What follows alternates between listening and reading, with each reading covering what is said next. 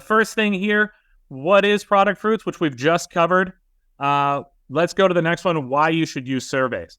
I'm sure many of you have things in your own head or ideas for why you want to use surveys, but obviously, or maybe not so obvious if you haven't thought about it, there are many different types of surveys. So that ranges from everything from a welcome survey to an NPS survey or Net Promoter Score. That's a very popular type of survey, to a churn survey, which we'll get into some of this terminology if you're unfamiliar with any of it in just a moment.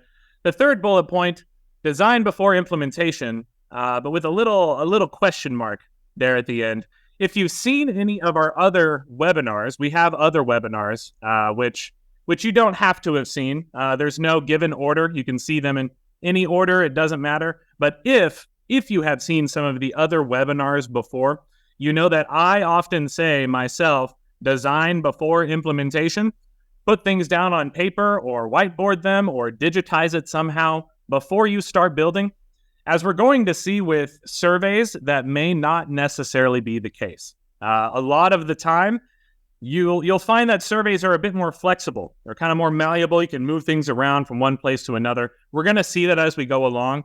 And we're going to look at this through our partner, Twigsy, who we've also seen in the past. We won't go super deep into their website today, but we're going to be seeing everything you see is going to be on Twigsy's website, either the Product Fruits Administration page or Twigsy's home website. So that's who we've got for display today.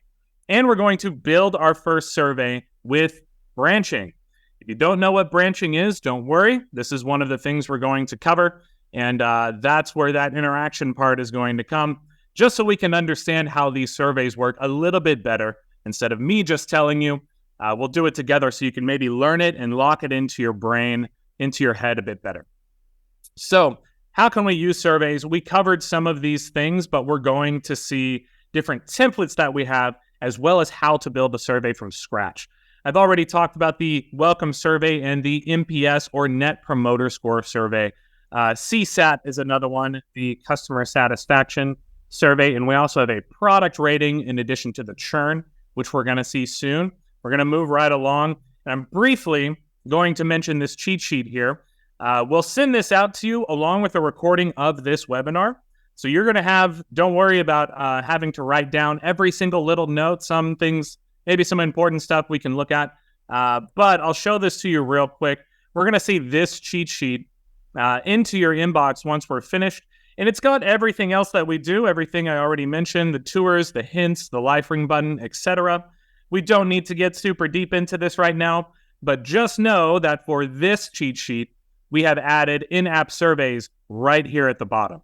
So whenever you get this at the end of today, keep in mind the cheat sheet portion or the survey portion of the cheat sheet is right there at the bottom, along with everything else, and that'll be sent to your inbox once we're finished here today. Heading back over to our slides, we just have one last one here before we jump into it after the cheat sheet.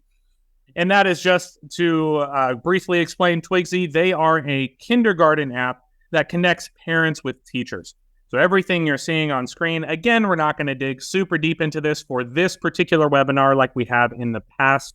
But basically, their website brings together parents and teachers so that they can connect in a digital space rather than an analog space like the days of old when everything was in paper and folders in drawers. Twigsy takes all that away, and that's what we're going to be looking at today with surveys. So let's get out of here. Let's get out of the actual presentation and get into the actual survey in the building. I'm doing this from scratch so that you can see everything from the beginning rather than starting already logged in or already with some steps done. This is exactly what you can do once you have a Product Fruits account. If you've never done anything in Product Fruits, don't worry about following along.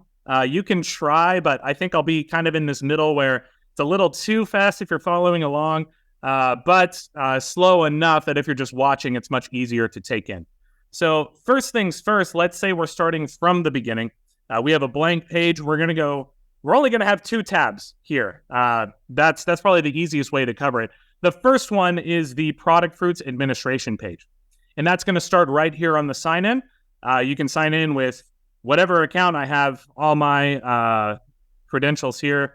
Microsoft scans my face to make it easier to sign in and protect me, even though that's probably going to end up badly in the future when they steal my identity. But for now, it makes a secure login, and that lands us here on the workspace page in the front. We'll pause here for a second and look at our second screen. This is where Twigsy comes in, because this is going to be our live environment. And this is all you need. You just need administration, number 1, and Twigsy, number 2. You might have seen in other contexts, if we were building tours or hints or something, you might have seen the editor as well. That's if the product fruits extension is all you need to use our product. For anyone unfamiliar, all you have to do is click edit in the extension, and it opens up the editor right here. Let's take one for hints, for example, just to see what it looks like. This is often what we're doing. We're doing 1, 2, 3 environments, 3 different tabs. But today there's going to be no editor. So don't worry about the editor today. We're not even going to look at this. Surveys only require the administration page. So let's close this out. And all I'm going to do to get our environment set up is click the extension one more time. We're skipping over some setup. Don't worry about setup again if you've never done this before.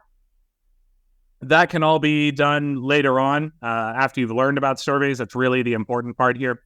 And you'll see a full preview mode here on the bottom pop up. This is going to give us feedback for everything I do here on the administration page. Everything that I add and that I modify will pop up here on the live page. So this is all you need to get started. Let's go in here from the beginning. As soon as you've logged in, we have 4 different workspaces. If you don't know what workspaces are, each one basically just connects to a website. So each of these workspaces is for a different URL. In this case, it's probably kind of obvious. We're going to be looking at Twigsy Webinar right here at the bottom. I'm going to click on this, and this is the Twigsy Webinar Administration. If we look at the top, you can see tours, you can see hints, some of the things I've talked about already, announcements, knowledge base, the widgets, and right here in the middle is surveys. So that's all you need going in. Again, we have a blank canvas, nothing is here. And the main reason for doing this is so that as we navigate back and forth between these 2 tabs, you can see how easy it is to pull things up and get them started and have them on screen from nothing, from scratch, from zero. The first thing, if you have a sharp eye, or actually probably not, there's not a lot on this screen, but up here in the top left is Create Survey. And this pulls up our templates. Don't worry if there's a lot going on the screen all at once. This will make more and more sense as we go through this presentation. Right now, I'm going to show you how easy it is to use any of the templates. Here are the things we're familiar with: NPS, churn survey, welcome survey, CSAT, and product rating. All of these are a single click. That's it. You click once, and we give you 5 to 8 cards, however long, depending on the survey, of pre-made templates, which you can then go in and modify to anything you like. You can do whatever you want throughout each of these cards. We're not going to spend some time here, but this is to show you as you go along. You can click in CSAT survey. That's done. We have 6 steps on this one with new cards. You may notice as I create a third survey, the welcome survey, there are settings over here on the left and the bottom. We're not going to spend a ton of time on these today either, because these are, just for the sake of time, these are largely self-explanatory or easy to figure out quite quickly. Looking at the product rating here, this is a 4-question card. You can see you can change the card type over here. I'm on question 1 if I wanted to change to numeric scale. It's as easy as a click. We've got a few other settings over here, like the trigger methods. That's the same as it is on the tour. The segmentation methods, if you want to show it to certain users but not others, as well as some integrations, like if you want to integrate it with Slack or your email, as well as a reset button at the bottom. Most of this is not stuff we have to spend time on right now, because we are focused on making the survey. The little details will come to you quite naturally as you go along.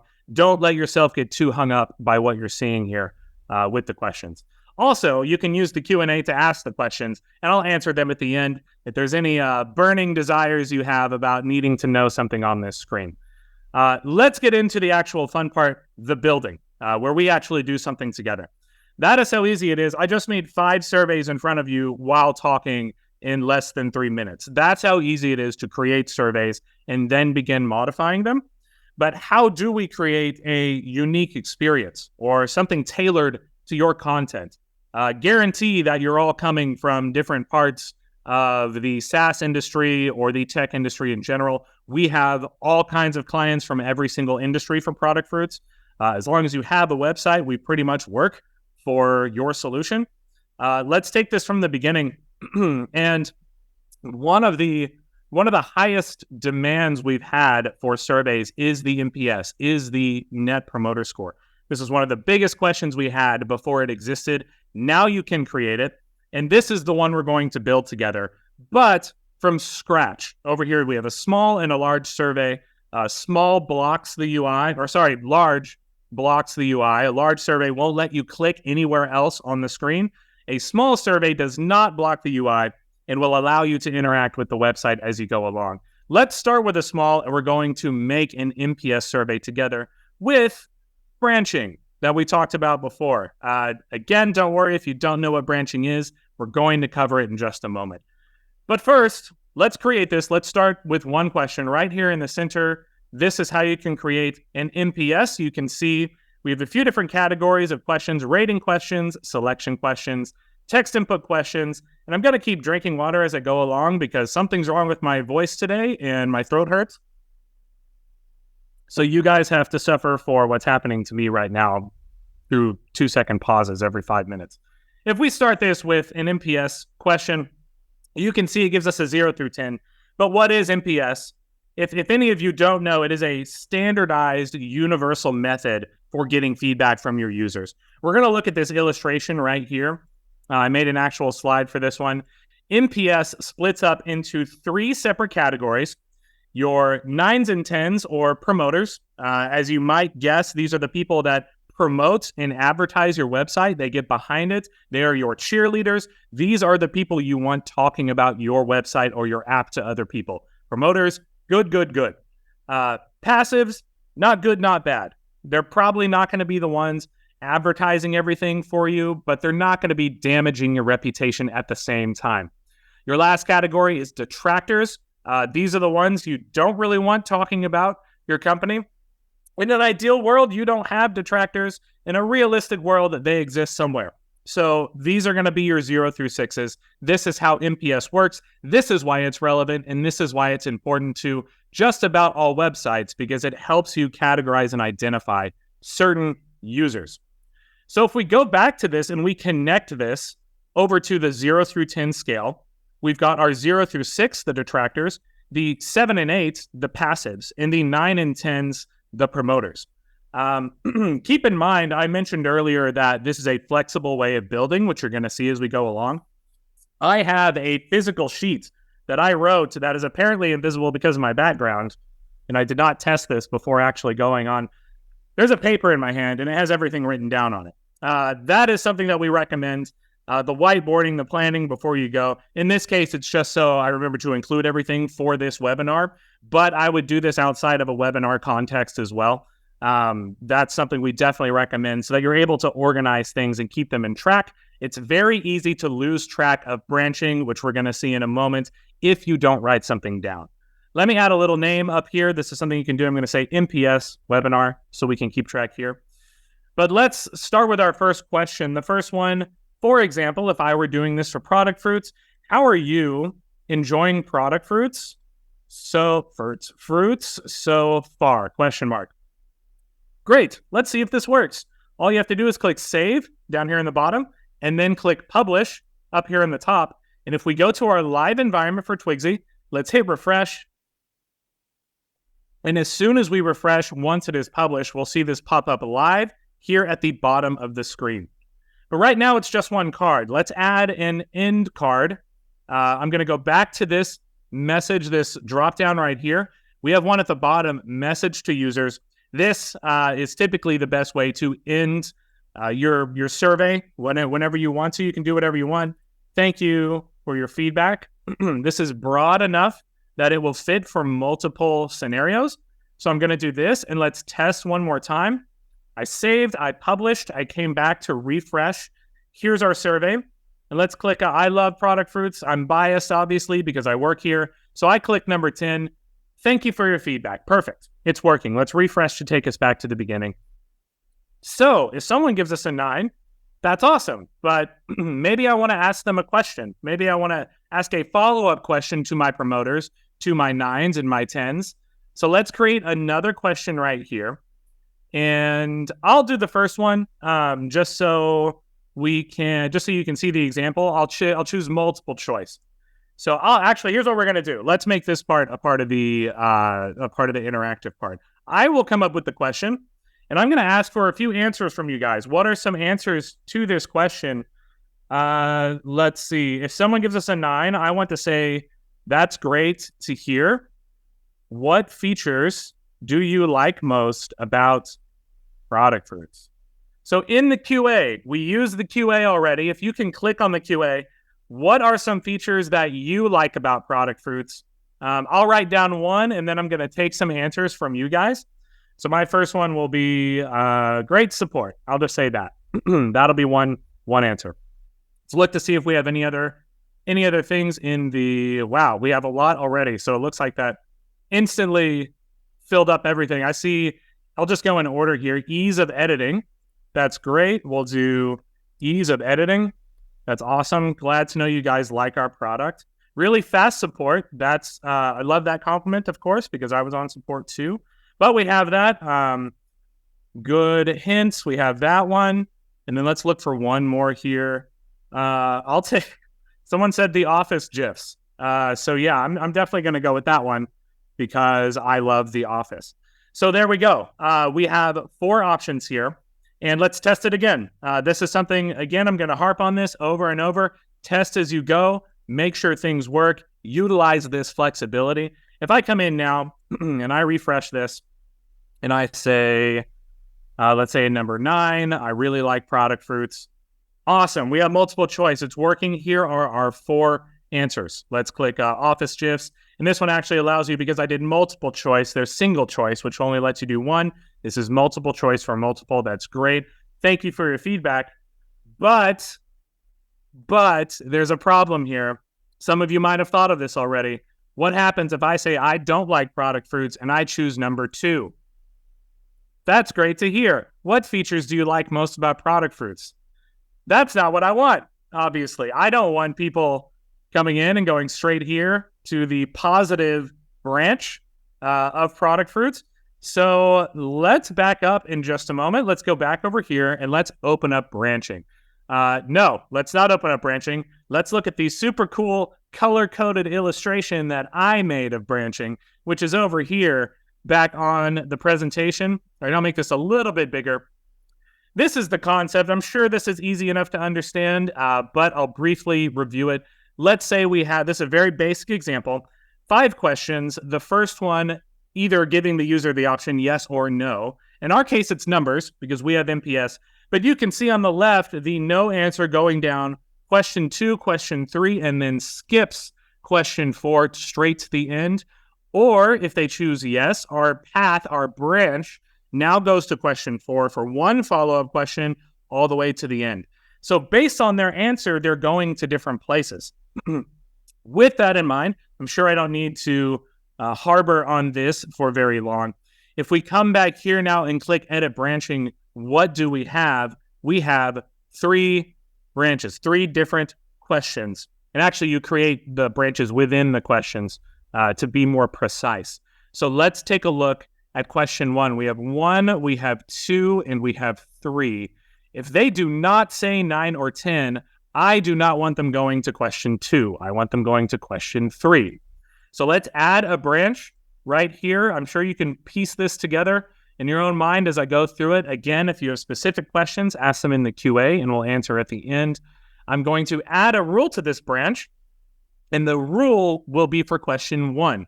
I select question 1 and I say the question 1, there's a few conditions here: equals, does not equal, greater than, or less than, as well as greater than or equal to, less than or equal to. So what is our branch? It's 9s and 10s. So we want to say greater than or equal to 9. And if we hit that, then go to question 2. That is the path that we're going to establish. Now, one thing I'm going to do right now is else. It says go to the next step. Well, if it's not 9 or 10, if it's something else, I don't want it going to the next step because the next step is question 2. I want it going to question 3 if they don't pick 9 or 10. So let's see if it works. Let's go back. Let's hit save. Let's hit publish. And let's go back and refresh. I'll hit this once. We'll test once all the way through. We'll say we love product fruits. We give it a 10. What do you like so far? Great support. The office shifts and next. Thank you for your feedback. Let's refresh one more time and test to make sure that it works. And I choose 3 or 7. It doesn't matter if it's not 9 or 10. Thank you for your feedback. Great. It's working. That's exactly what we want. Let's refresh one more time. And now we need to create a branch or a path for the detractors, for the negative side of surveys, the 0 through 6s. What is a question we can ask if someone selects a 0 through 6? What would be a good question to ask them? Put this in the Q&A if you have a good question, a follow-up question. Someone says 0 through 6, what do you want to say to them as they come up? I have a few things in my own, I guess, group of questions in my head. We've got, I like this one. Okay, so we have 2 good questions. One is, why are you such an idiot? And because I'm a confident person and an optimistic person, I'm going to assume that's not directed at me and that was an answer to the question. It has to be because there's no way that would be towards me. And actually, no, never mind. I know this person and she's cool. So I know that she doesn't mean that maliciously. What would you do to improve our website? That's good. Where do you think we can improve? Those are all great. I'm going to do a combination. So what you can do is right in the middle of this group of questions. This is what I mean by flexibility. Instead of having to add it to the end of the survey, we can go right in the center. And this is actually just me. I like to have it travel from left to right. So I want it to go, this might be backwards on the camera. I'm not sure which direction I'm going, but this is left to right in my world. And I want to go negative, neutral, positive, just so I keep it organized in my brain. So that's another thing. Organization really helps. And for this negative question, I want to do multi-line. That's down here in text input, multi-line input. So let's use the 2 suggestions. Why are you such an idiot? Slash, what can we do to improve? That's great. Those are both great questions. You can do whatever you like for your website, depending on the formality of your website. Before we actually test it, let's just jump into the branching and look here. Now we've got multiple questions. Why are you an idiot? What can we do to improve? Well, if they are negative, they're 0 through 6, we now want to create a new rule for that. The exact same thing, add a rule. Question 1, if that question, instead of greater than or equal to, less than or equal to 6. So now we have greater than 9 covered and less than or equal to 6 covered. If they do that, we want them to go to, why are you such an idiot? Otherwise, we have this final case so that if nothing is met, they go here, question 4. And then let's check our conditions. This is an easy thing to forget. Check the conditions for the new questions as well. Because if we say negative, why are you such an idiot? We don't want them going to the next step, which is, that's great to hear. We want them going to question 4. Thank you for your feedback. So question 2 will go to, thank you for your feedback. And let's clean up question 3, say thank you for your feedback as well. Now we have a positive branch. We have a negative branch. Let's test one more time. We'll quickly save. We'll publish. You're going to get real used to doing this. The muscle memory will come very quickly. Oh, and one more thing. While we're looking at this on screen, you can edit this placeholder right here so that they see this inside the survey. I'll say type your answer here. And be ready. I'm going to ask for a neutral question for you in just a moment. We're going to do that branch too. So think of something. But let's refresh and test. If we say positive, what happens? 10 out of 10, I love product fruits. That's great to hear. We add some answers and move forward. Thank you for your feedback. Perfect. Refresh. Let's test the negative. Number 2, someone doesn't like it very much. Why are you such an idiot? How can I know the answer to that when I'm an idiot. Next. Thank you for your feedback. Perfect. What happens if we do 7 or 8? We didn't assign a positive or a neutral. We assigned positive, negative. We said if it's not either of those, go straight to question 4. So 7 or 8 takes you to thank you for your feedback. But for one more muscle repetition, one more quick, just to get it into the memory, let's do 1 in the middle. 2 is our negative. 3 is our positive. Let's put 1 in the center. And I'm going to consult my sheet because I forgot exactly what question I did here. Multi-line again. Let's just do multi-line. That's easy enough. Let's look to see if we have a question as a suggestion here. Where do you think we can improve? I think that was the one we used before. And why are you messing up my KPIs? I need my bonus this quarter. I'll take that. Why are you messing up my KPIs? I need my bonus this quarter. That seems like a good neutral review. We'll change the placeholder. Don't forget the placeholder. Type your answer here. And let's test one last time to make sure. No, let's branch. Let's branch before you do that. That's how easy it is. I do this regularly, and I often let this slip my mind. So the last thing, this is why we're doing neutral. It's not just for the repetition. There's one other way of building surveys that's important, and that is equals. Since we have a greater than or equal to and a less than or equal to, how do we assign something to 7 and 8 by themselves? We're going to go back to that rule one more time. And this time, we're actually going to add 2 separate groups. We're going to do one rule for 7. If the answer equals 7, go to why are you messing up my KPIs, which is question 3. So if the answer is 7, equals exactly 7, go to question 3. And the same thing for an 8. Question 1, if it equals 8, go to question 3. And then we want to make sure that question 3 goes to question 5. Thank you for your feedback. And notice, thank you for your feedback. The final question has been updated with every new question. We've built it automatically so that you don't have to actually modify that yourself. It was question 3 in the beginning. It was automatically switched to question 4 when I added the negative, and then it was automatically switched to question 5 when I added the neutral. Now we have all of our branches sorted out. Let's make sure it works one last time. We should be about good. Let's publish, and I'll refresh one more time. Let's start with the negative. 0 out of 0. Why are you an idiot? That works fine. You can type anything. Thank you for your feedback. Perfect. Let's test the positive. 10 out of 10. I'm a Product Fruits fanboy, fangirl, fan person. Thank you for your feedback. Great. Let's click 7 or 8. Doesn't matter. We did the same thing for equal 1. Why are you messing up my KPIs? I need my bonus this quarter. I'm just not cool enough to give a 10. That's what a passive would say.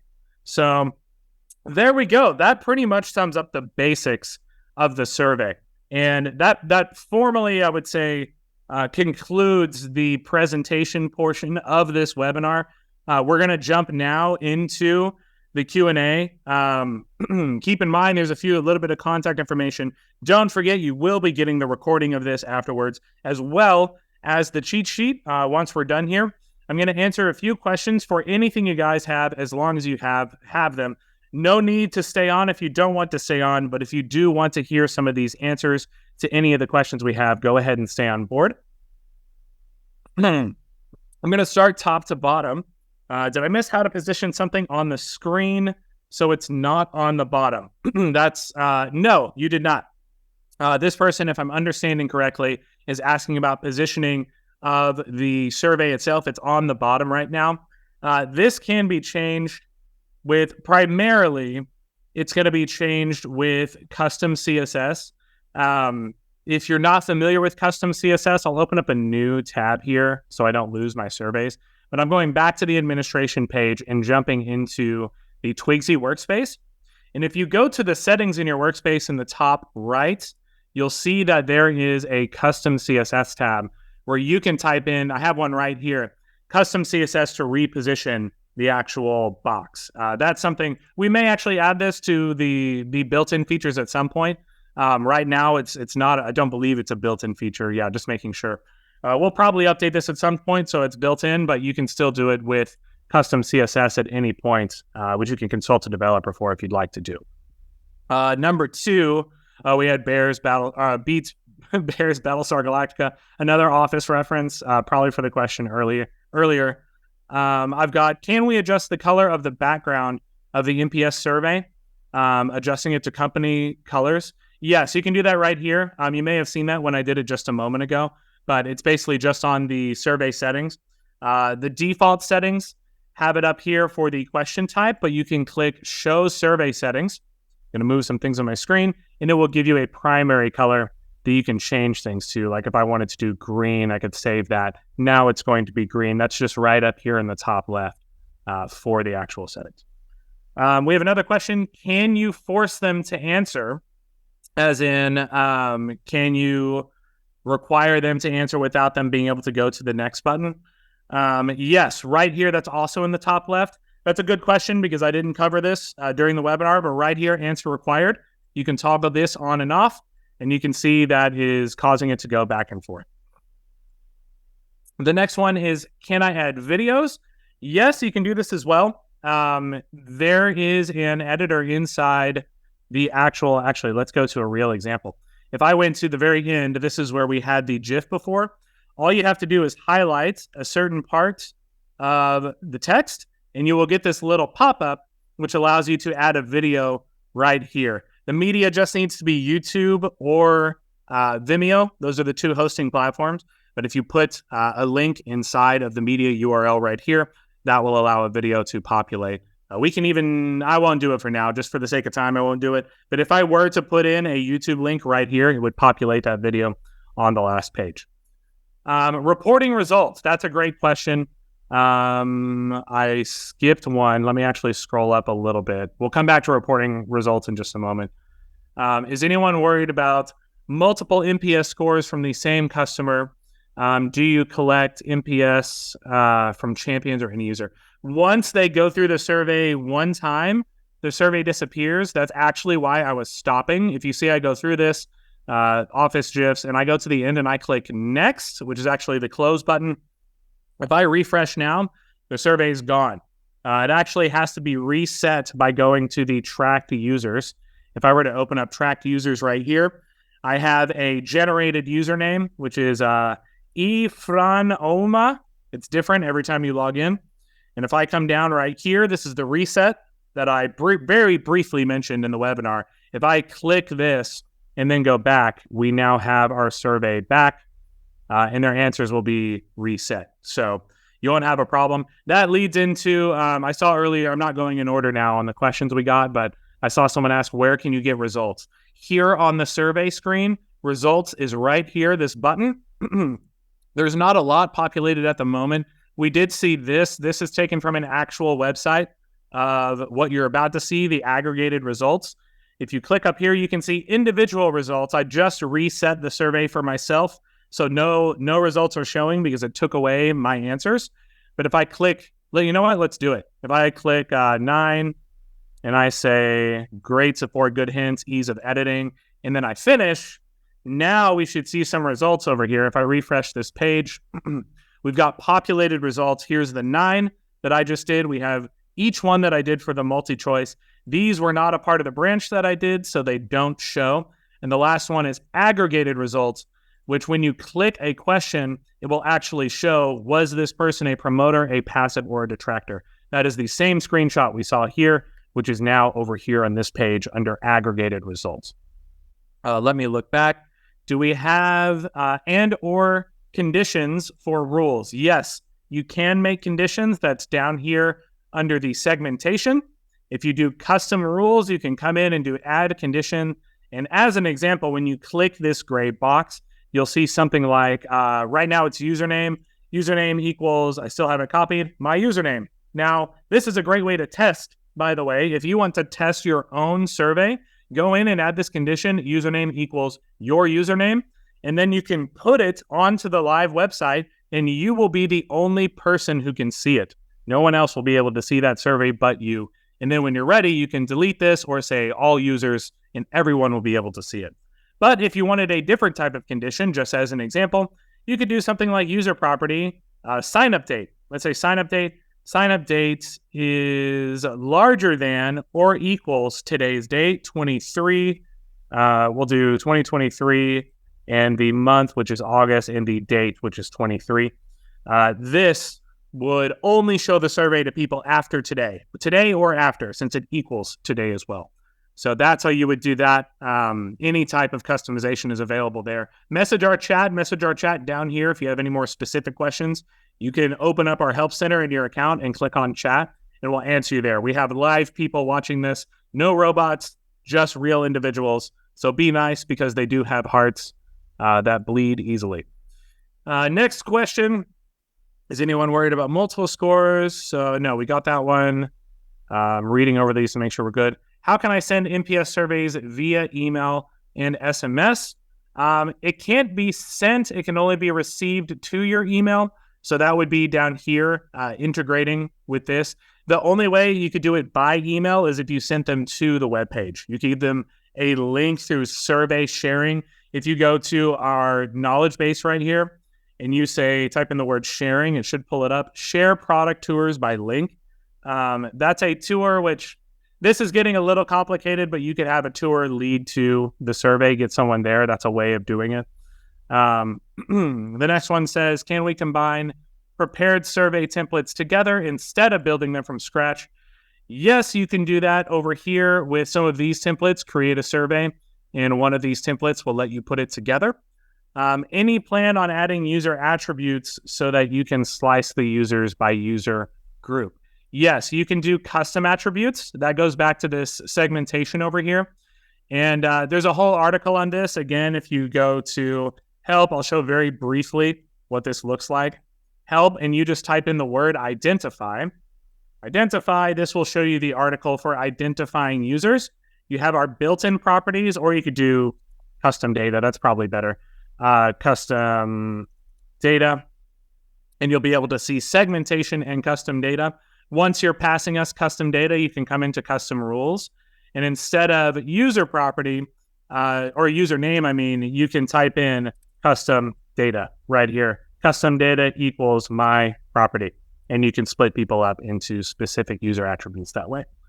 What analytics are available in analytics per workspace? The main analytics for surveys are these results that I've already covered. We do have some analytics integrations, which is things like Google Analytics, Mixpanel, different things like that. Those are built in, and you can find those in our knowledge base as well. But we are revamping analytics in the near future, so you should see a more robust version of what we have coming out. We also have our current statistics up here in performance insights. If you have tours or anything else, mine is not populated because this is a test survey. You can see where I've taken a tour here a few times, as well as some hints and some checklists and some announcements.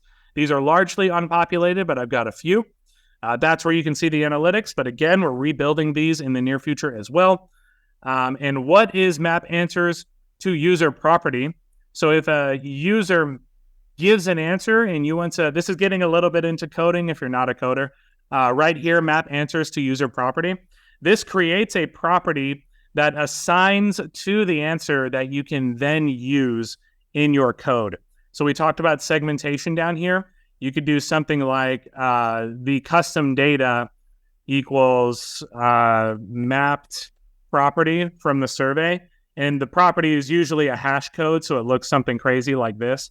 And if it's like, if this custom answer is this specific hash code, then you can create any sort of conditions based off the answer. If someone answers one thing, just to put it simply, someone answers one thing, you could show them a certain tour, show them a video, show them a certain hint based on that answer, or take them somewhere else. Not under segmentation, under the survey question rule.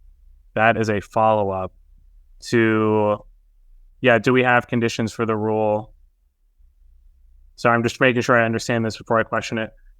Let me come back to that one. I'll do that at the end just so I don't spend too much time here. How can we display pop-up banners with discounts for those who are scoring poorly or churning?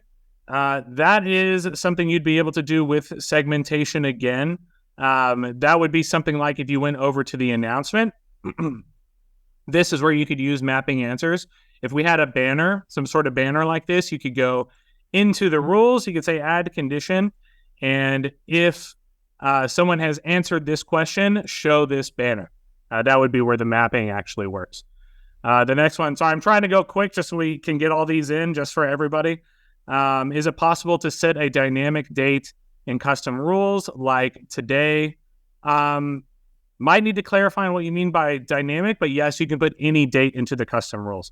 So you could do a future date, you could do a past date, you could do something where they signed up before, you could do a property of your own, a custom data that is based on a date, and anything can be typed there for whatever you like, including today. One last one just says, my question about user attributes was to slice results once you have them. So I show the survey to everyone on the web, but I can slice answers by plan, country, etc. You could do this if you were passing the actual attributes from the person. You'd have to build some of those. That would be back to the custom data that we talked before. But based on whoever answered, you would be able to map those out. And then on the custom data of their country or their plan or whatever it is, you'd be able to cross-reference those and show the answers on whichever one it was.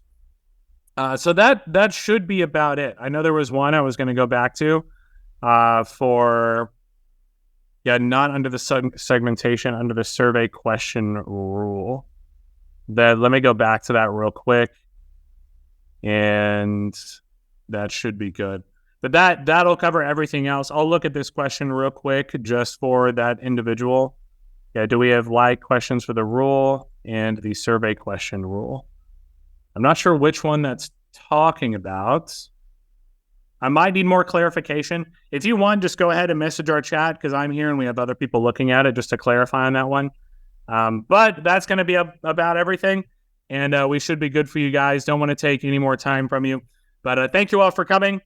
Go ahead and sign up. Start playing with surveys. If you have any other questions, just message us here down in the chat. And we will be good to go. You guys have a good day. Thank you so much for coming. And we will see you later. Bye, everybody.